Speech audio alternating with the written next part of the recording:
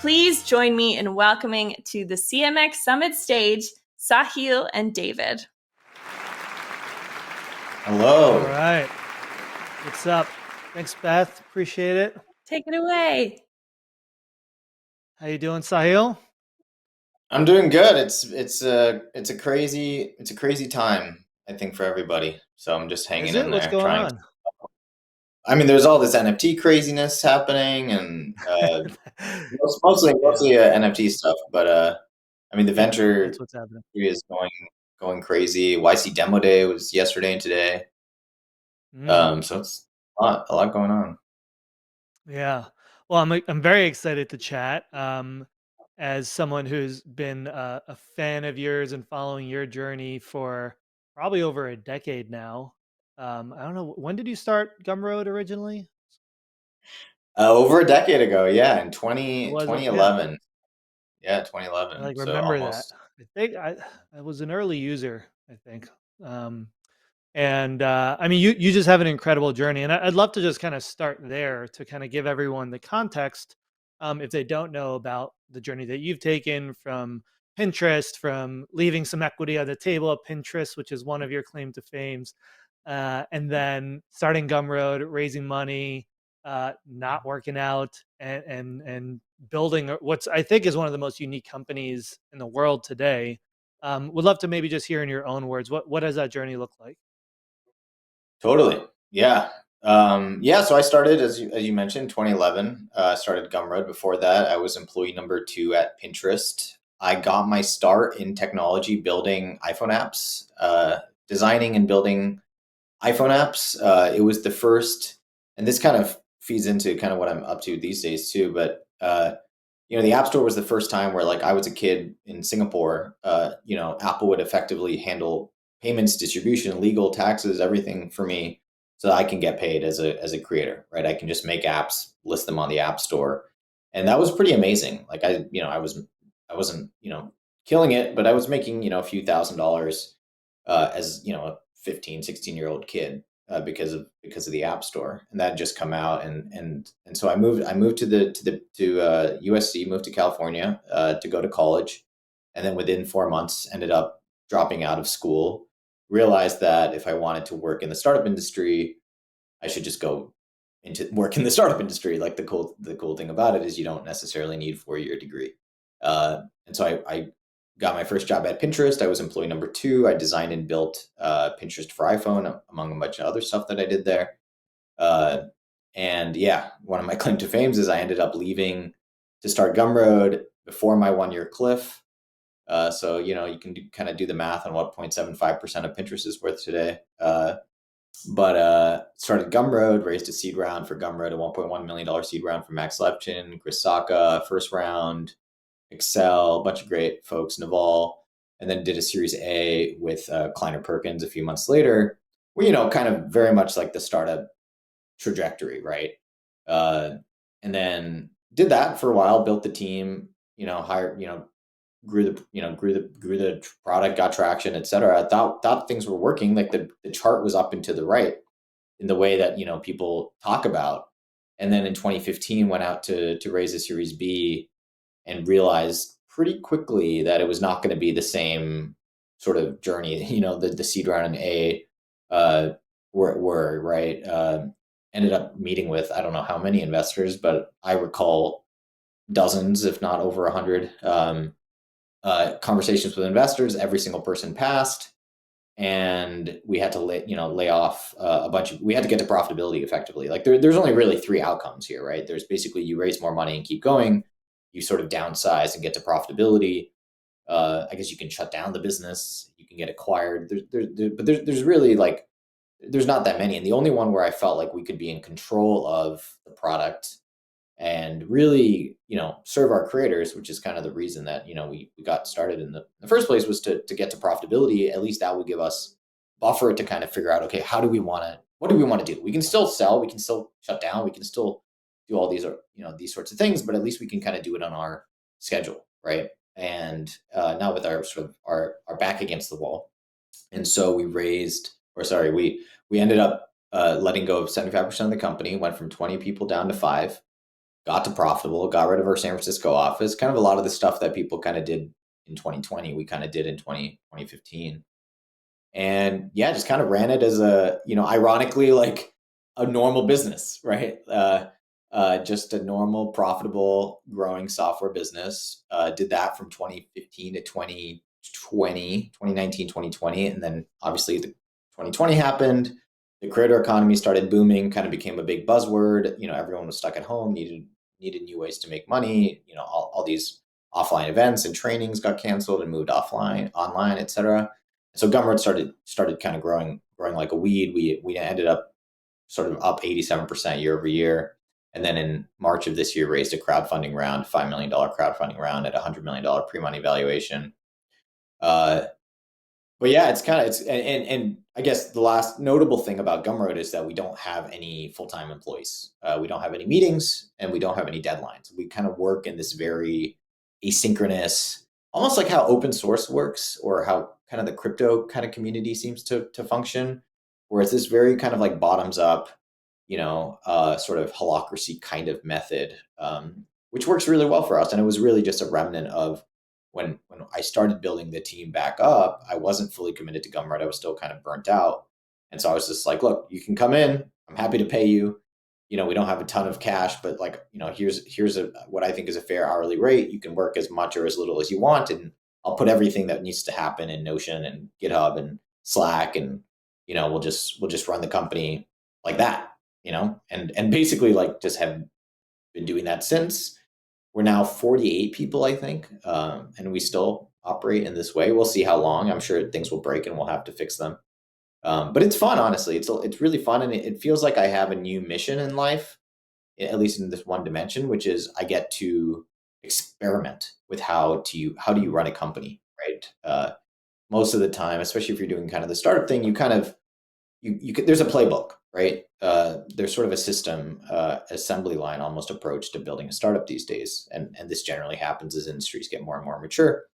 But I think there's still so much cargo cult. There's still so much more you can do. I think if you're just willing to think from first principles, right? Like the world is very different today than it was 10, 15 years ago.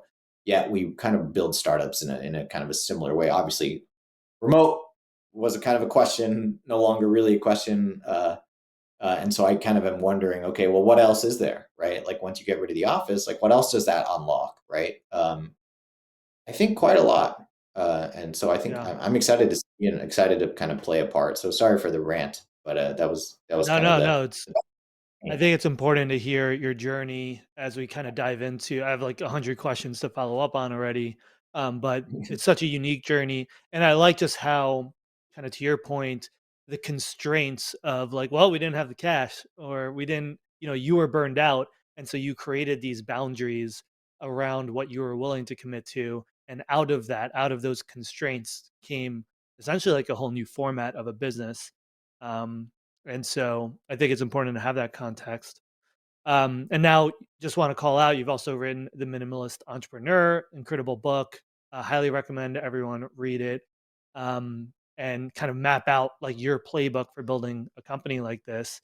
I guess my first question is like, we're I've been seeing this growth now over, let's say, like the last 3 to 5 years, of people finally trying to solve for the kind of like middle of the market when it comes to businesses. Because I think the way we still think about it is almost like there's only two options. Either you're a small business. So when you think of a small business, you think of like a coffee shop or something local, something physical, or, a small creator, or you are a venture backed startup that's going to grow extremely rapidly. And it seems like there just hasn't been an ecosystem to really support companies in the middle, where it's like you want to grow more than a small business, you do want to scale, but you're not trying to like go 10 billion or bust.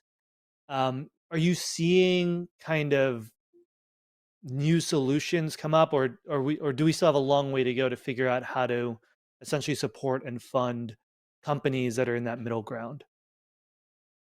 Yeah, I mean, I think it's really early still. I think the sort of cracks in the armor of sort of the venture capital ecosystem, I think started really showing up for folks around 2016, 2017 with a lot of the kind of the Uber fallout and the sort of Facebook stuff. And I think the big one really, or the big two, outright frauds, basically, WeWork and Theranos, I think really woke people up to kind of like the obviously these are extreme cases, but sort of the potential danger, right, of this kind of bandwagoning around these kind of hypergrowth startups and these kind of cult of personality founders.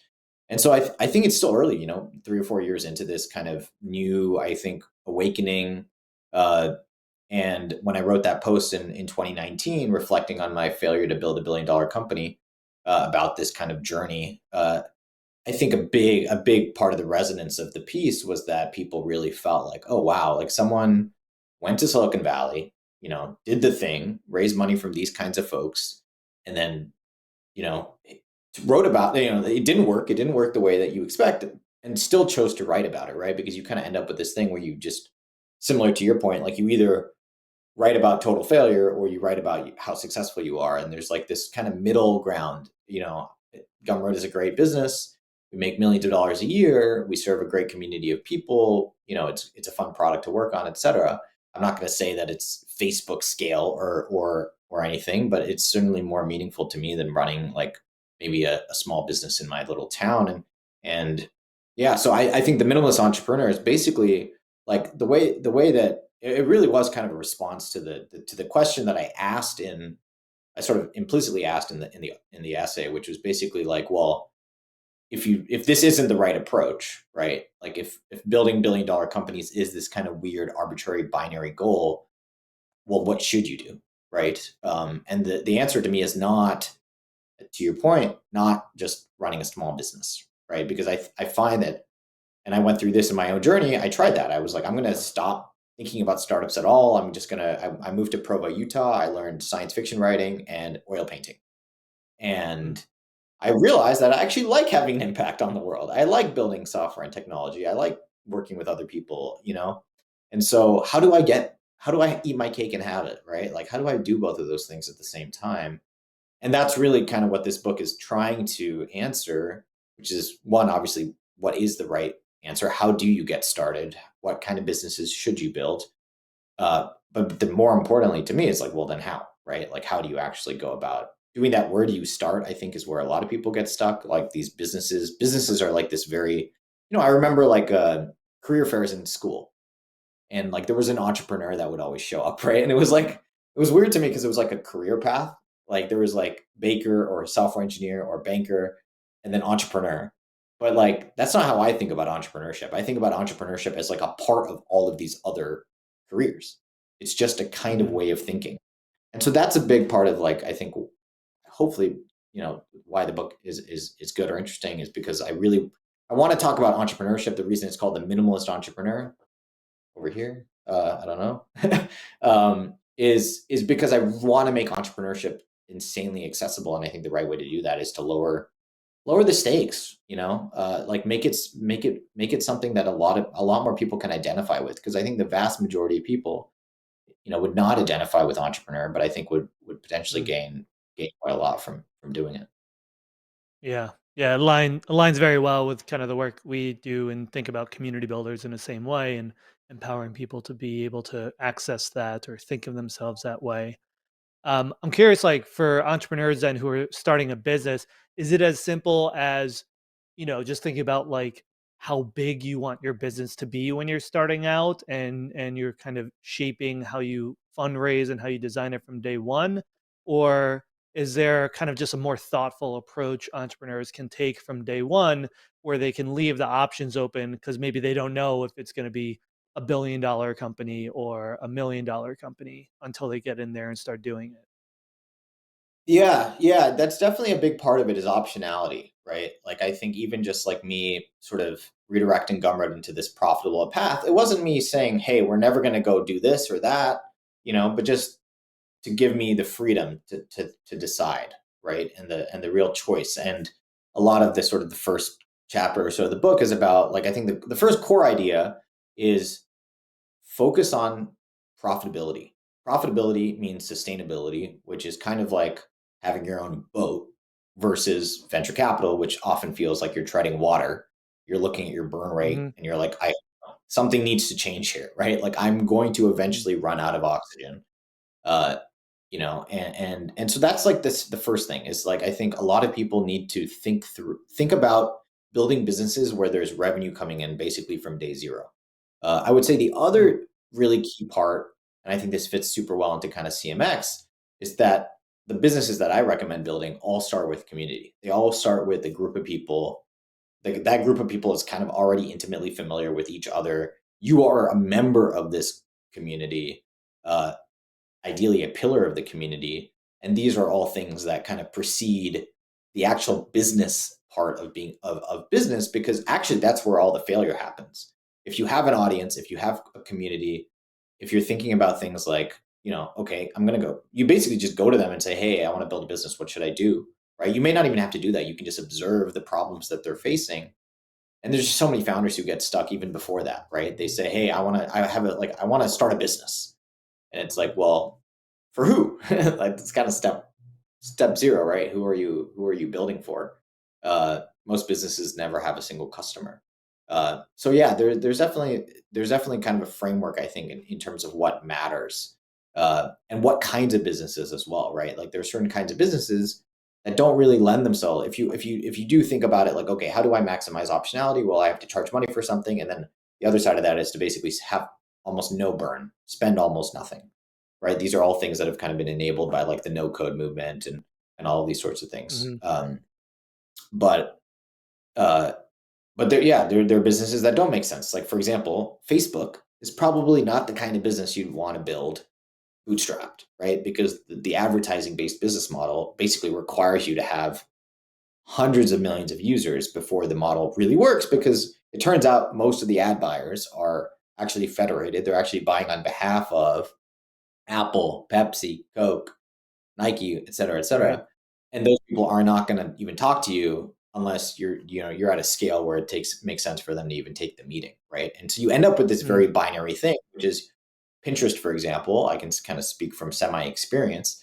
You basically make 0, 0, 0, 0, 0 for like 10 years, and then eventually you kind Right. of turn on the switch, right? And this happened with Twitter, this happened with Facebook, this happens with basically every advertising platform, which is pretty darn scary if you think about it, right? You 10, 15 years with zero revenue. It seems to work, but then you have this other problem, which is now you have two masters that you're trying to serve, right? You have the customers, but then you also have the advertisers, right? Uh, Right. and that also becomes, I think, really tricky. And so that's another thing that I try to emphasize is I'd much rather charge money directly to my customers, right? Like I like that Right. relationship. I like the idea that I make something valuable, they see that, they pay me for it, it pays my bills and then some, and that then some allows me to like reinvest in the business and do more cool stuff, right?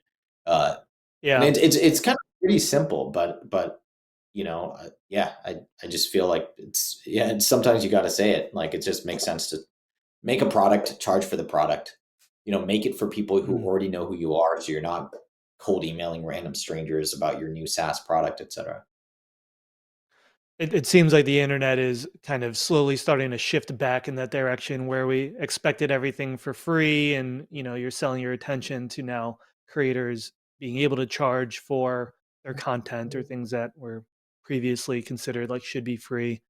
I'm curious if you think or if you have an opinion on like is there a fundamental flaw in the VC format that makes it really hard to build sustainable, meaningful community as a business.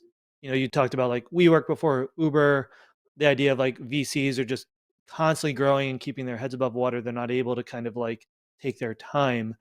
How does that clash at all in your mind with their ability to be impact driven or be community driven? Yeah, I mean, there's definitely a tension there, right? Like there are ways I think to do it well, and I'm not the kind of person who says, "Oh, all these VC backed companies are pointless," right? Like clearly they are also creating real value for the world, but I think the core issue that I think a lot of the sort of one of the big disconnects between VCs and founders is that for example, like if I love working on Gumroad, I want to work on it for a long period of time. Like I'm 10 years in, I could do this for another 10 years. VCs don't work like that, right? VCs have Right. they're much more interested in IRR, a yearly rate of return that they can show their LPs. And that's just very, very, very different, right? Like that's just a totally different model. Trying to build a business over 30 years, 20 years, 10 years is very different from trying to build a business in 1, 2, 3 years, right? Uh, and VCs will say this, right? I mean, this is not something that they would even disagree with. Like Mark Andreessen has this famous line where he says, building a startup is like kind of like baking a cake in 5 minutes, right? You kind of like put everything and then you throw it in the oven and you hope it works. And most of the time it doesn't work. And every once in a while it does.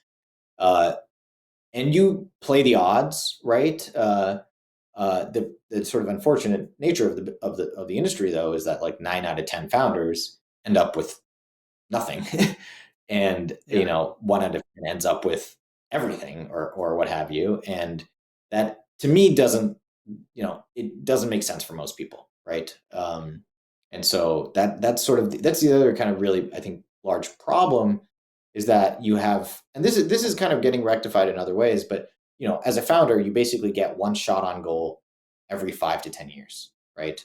Yep. Uh, as a VC, you get 100 shots on goal, every 5 to 10 years. It's a very, very, very different risk Mm. profile, right? And that just changes everything. Mm. Yeah. That's really true. Now that you mention, I'm like 13, 14 years into startups. I think I've had like 3 shots. Still haven't won any of them, but making more in salary now than I ever did as an entrepreneur. Um, but so what are the options for entrepreneurs who want to build this kind of business? And so you talk a lot in the book about like funding it through actual profit and selling it.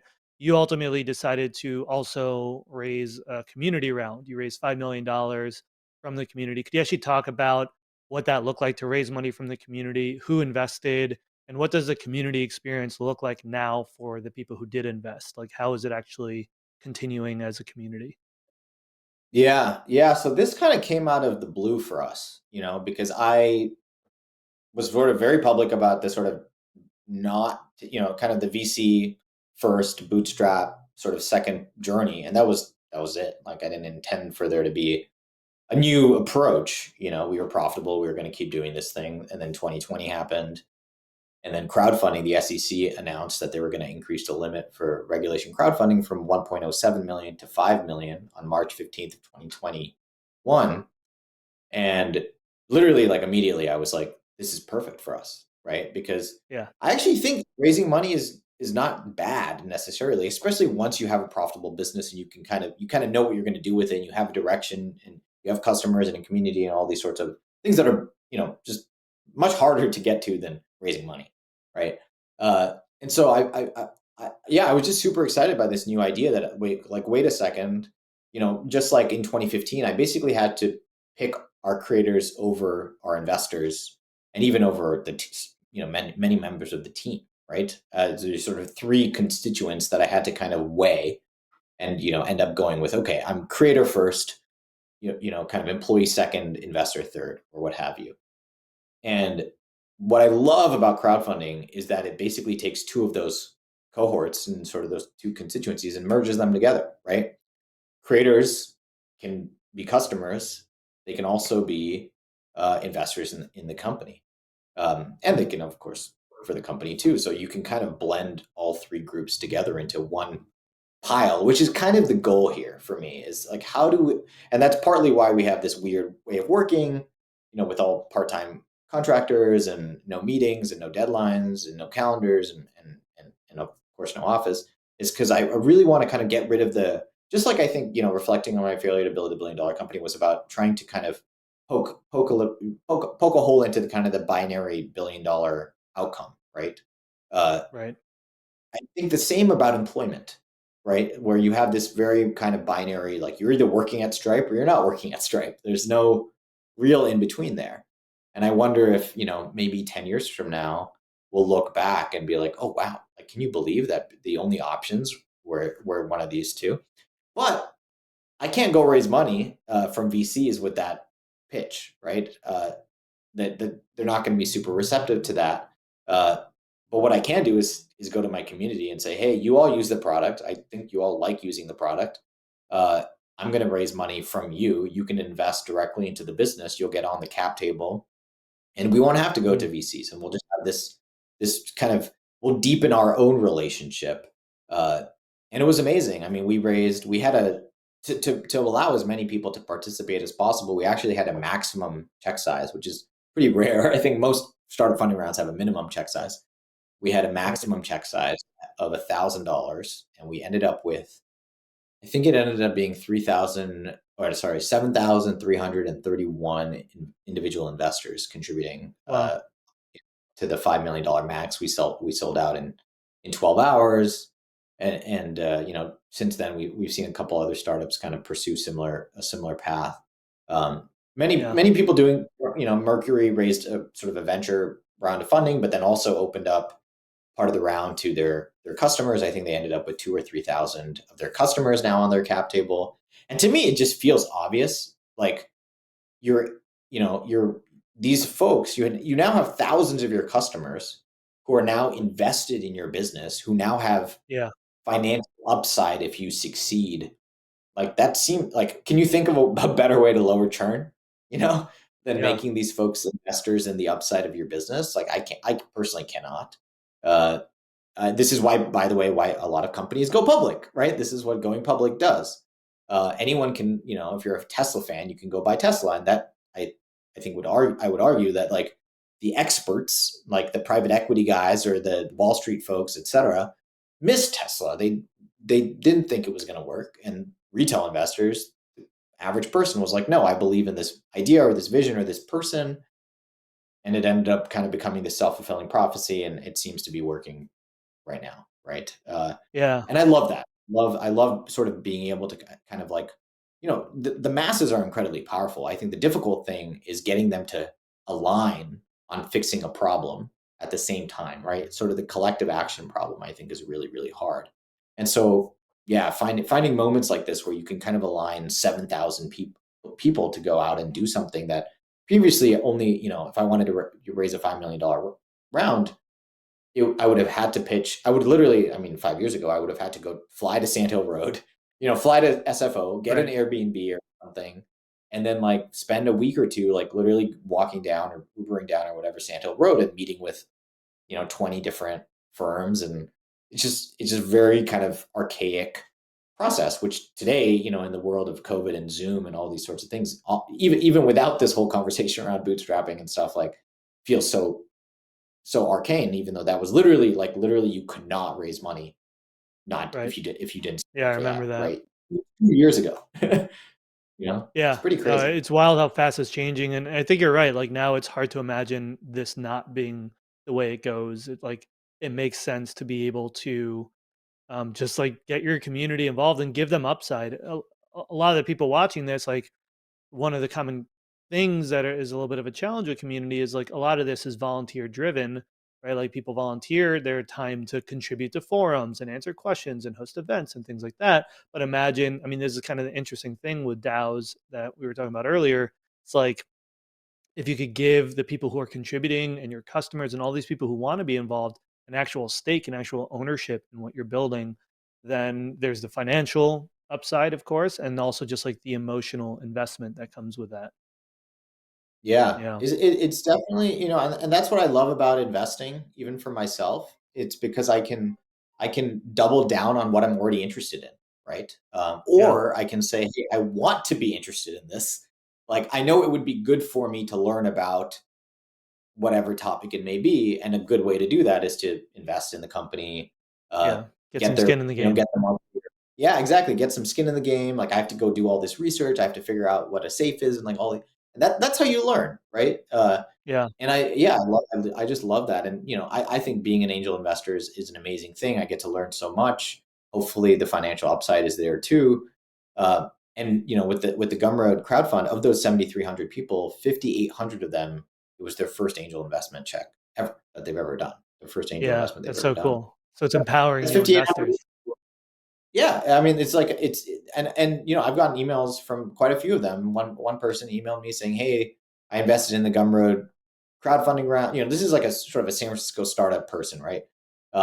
Has kind of earned equity, I presume, by like being an employee of startups, but never sort of thought of themselves as sort of an external, like kind of angel investor. And often the check sizes are too high, even if you do have the money. Like $10,000 is like a big amount, which is kind of kind of normally the sort of the minimum. But he put in, I think, $1,000 into the Gumroad round, and then he sent me an email maybe a couple months ago. That was March, so it's only been 5 months, 6 months, and he Right. said I've done 11 more investments since then. Oh, Right, wow. so that's 11 other startups or businesses or companies or whatever that can now are like have more money in the bank to go do whatever they're promising their customers they want to go do, which You is were there. the ripple effects are incredibly incredibly powerful, I think, when you can really Yeah. galvanize a base of people at that scale. Yeah. You were the gateway drug into investing. Yeah, exactly. I'm very very That's very really glad. cool. Yeah, it's a good kind of gateway drug. Um, I'm curious to learn a little bit more about the dynamics of the company as well. The whole like no meetings, no deadlines, no full-time employees. I think like the first thing that comes to mind for me and probably a lot of community builders or community-minded people is like, what about the culture? Like, how does that affect your ability to build relationships with your team and make your team feel like they know each other? Like, especially with everyone going remote, everyone's working so hard to come up with unique ways of helping employees connect with each other. And you've kind of taken a different approach of being like, we're not actually going to talk to each other at all live. It's going to be all asynchronous. We're not going to have meetings. We're not even going to have deadlines. So we're like even kind of collaborating, but in a very passive way. So Yeah. how do you think about company culture in a company like Gumroad? Yeah, I mean, this is new to us too, and so I'm committed to this path, if only to run the experiment, right, and to see, well, what do we learn from this? Because I think it's important to try these things out and to test some of these hypotheses that we haven't really tested in a while. Um, but yeah, so just to kind of recap for folks, like our hiring process, which I think kind of gives people a good look into how we work, it's completely asynchronous. There's a 5 to 10 minute phone call that I do with folks, but it's not a culture fit interview. It's not a screening step. It's just for me to like spend 5 minutes. Literally, the only question I ask them actually is, "Why do you want to work at Gumroad?" So I can kind of just recalibrate, my mental model of what's exciting about Gumroad to folks. No surprise, like the way that we work is very appealing to these new folks. Um, but yeah, it's a they just like any other company, there's a job post, you click through. Instead of getting on the phone or doing an in-person interview or a pair programming challenge or what have you, we do a coding challenge. That coding challenge leads straight into a paid trial period. That trial period is between 3 and 8 weeks, 4 to 6, probably closer to the average. And that's just them. Literally, I mean, that's just them starting, right? Like the trial period is really just you're starting, you're doing the job that you're doing, and on Monday, I basically add you to Slack, GitHub, Notion, and then let you loose. Like there's no onboarding, there's no orientation, nothing. There's no buddy system, nothing. And it's like the way that I tell folks is it's like working on an open source project, right? Like if you're like, hey, I want to work on Ruby or Rails or what have you, you just start. You just go in and you just learn and you just could start contributing, and you ask for help when you need it, and you kind of help yourself when when help isn't there, and you kind of just build with an expectation that like you can't pick up the phone and call somebody, right? Like you kind of have to figure out more of this stuff out yourself. And yeah, it's been really interesting. And I've asked the team a couple times, like, hey, like for example, one thing about Gumroad, we don't have any social channels in Slack, like no random, no temp, no off topic, like nothing. And I've asked the team, like, hey, does anyone want this? Like, like, and the answer is always no. Like the answer is not even no. Hmm. The answer is just like no response, right? Like, and I think that's partly because we're kind of self-selecting folks who want this kind of culture, if you can even call it a culture. But I think that sort of the deeper thing that we all kind of end up believing is that, look, like just kind of like going back to the binary, right? Like work is such a bundled thing. where you work at a company and these people are now your friends and you now have beers with them every Friday, and all of these other things kind of get bundled into your salary effectively, right? And to me, I think, well, are these really the best people I want to be friends with? Are these the people I would want to grab drinks with every Friday? Like, let's be honest, if I wasn't working at this company, I wouldn't, and so that's kind of just what I tell folks is like, look, like, I'm sure I would hang out with these people. I'm sure I would like them, right? But in terms of friends, in terms of like, you know, smoking weed on Friday, like probably not, like I have my friends, I have my family, I have my wife. Many of these people have kids, you know. I think they would much rather me just give them their time back and then they can go Yeah. spend it however they wish. It's the same approach I take with perks. Perks equipment, nothing. We don't do anything. Yeah. Uh, and it's kind of a similar thing. Like, I'd rather just pay you money and you can do whatever you want, and you don't even have to tell Yeah. me. Like, I don't care. Like, it's totally up to you. And yeah, for a lot, I think for our team at least, like, it's pretty empowering. It's maybe not what I would recommend if you're like, just getting started and you want to enter the tech industry and meet a bunch. Then yes, like, Sure. being an intern Yeah, at it's not Facebook great for networking. maybe. Yeah, exactly. Like, I don't want to say this is better in every way than the old model. But for folks who are, pretty established in their career, maybe they live like, they had a stint in one of the cities and now they kind of live in the woods Yeah. with their family and they want to work Good 4 for hours guys who want to live in the woods. a day. Oh, great for guys who want to live in the woods. Yeah. Well, like we have I'm some, sure it's interesting. I'm sure the teammates in the woods would love to still smoke weed with you, but I think it's spot on. It's like building the culture for the people that it has to be right for the people in there. It's not going to be right for everyone. Yeah, and I I think Hi, see guys. we got kind of Beth has joined lucky on. us. Oh yeah, hey Beth, what's up? I'm back. This has been a really interesting conversation, and I think there's a lot of people in here that definitely vibe with some of what you're saying. I think there's a couple of like question marks about some of what you're saying, which I also think is what we want. And speaking of question marks, there are a handful of questions here from some of our attendees. So we have a handful of minutes left. And I'd like to start with Diane Yoon, who asks, what is the strongest piece of advice you have for community builders when facing perceived failure? Oh man. Well, the thing that has always served me is being open and transparent with everybody, and I've done this from this wasn't a sort of a strategic decision, but it's just the way that I operate. I'm pretty open and transparent with everybody.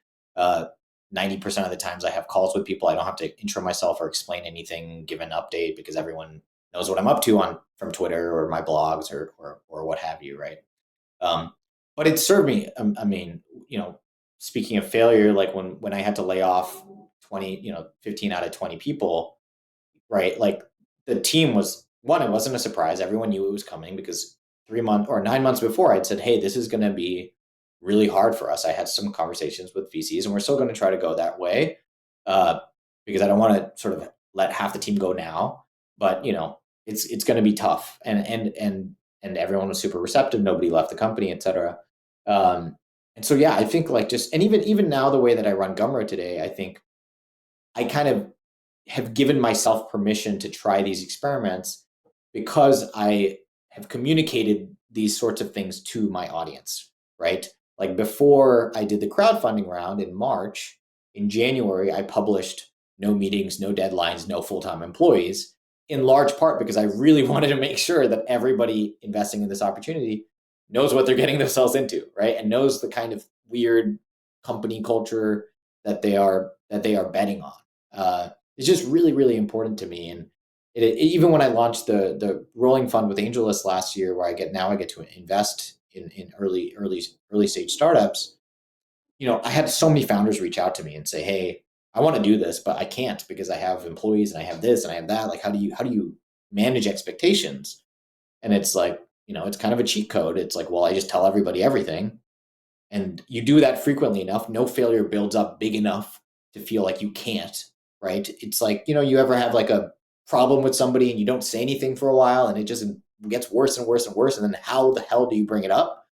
Right. So my goal is always constantly sharing, being open, never letting anything kind of build up to that level, which I kind of use the metaphor of like static, right? When you don't touch something for a while and you have this like shock, right? But if you're constantly kind of grounding yourself, that doesn't happen, right? And so that's kind of the way that I think about it, is just constantly ground yourself with your community, always keep that line open, and it's bi-directional, right?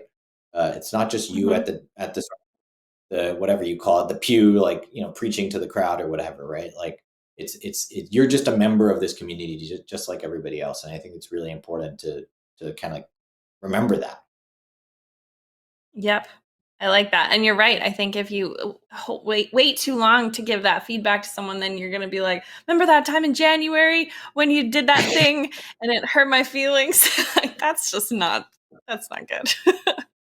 Yeah, no, I know those conversations. They're not ideal. Okay, we've got more questions here, and I think we're talking about maybe spending a bit more time on Q&A, just because we've got so many questions and people are really into this conversation. So Ronald asks, what are some key differences you see between being an entrepreneur and a freelancer? I'll Yeah, just say well, let's make these rapid fire so we can get through some more questions. We'll try to okay. make Yeah, it quick. let's do it. I'll try. I talk a lot. Yeah, so I mean, ultimately, I think the core difference is an identity thing. Like, I think entrepreneurs are really associated with the thing that they're building, and I'm the founder of Gumroad, and it's like hard for me to even, even if I wanted to get rid of that. I think the beauty of freelancing is that you have this like low ego kind of approach to building stuff, right? Where I was consulting for Pinterest, I was doing stuff for Turntable FM, I was like kind of doing a bunch of stuff, almost building a portfolio of bets, in a way. And I really like that approach because if one thing doesn't work out, you're still fine. And the downside is you sometimes you want to make a concentrated bet, you want to work on a product for a long period of time.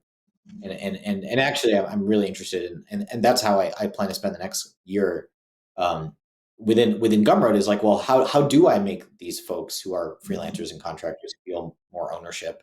And by the way, not just feel more ownership, but actually give them ownership. How do we sort of get rid of the gap between entrepreneur and freelancer so that everybody is kind of both? Yep. Okay. What was your first experience in virtual community? This one comes from Teresia. Oh yeah, so I mean, I grew up in Singapore. Learned iOS development off iTunes University, Stanford's CS 193P lectures. If anyone wants to look it up, they're still there. And it was Hacker News. It was like, where do startup people hang out on the internet? Because there weren't any in Singapore that I could find. Hacker News. That's where everybody was. Even when I moved to California, I went to USC. I was like, "Where's who knows what YC is?" And literally one person in my class of 250 people knew what YC and Hacker News were. So yeah, Hacker News has kind of been my community for a long period of time. Very cool. All right. David, do you have any questions that you wanted to ask? More questions? Well, I always have my good rapid fire questions ready to go. All right, I have one question for you. What's the weirdest community you've ever been a part of? The weirdest one. There was one time where I got it, as I mentioned, I got into oil painting, and I found a local class. I just Googled, at a frame store, there was like a class in the back every Friday.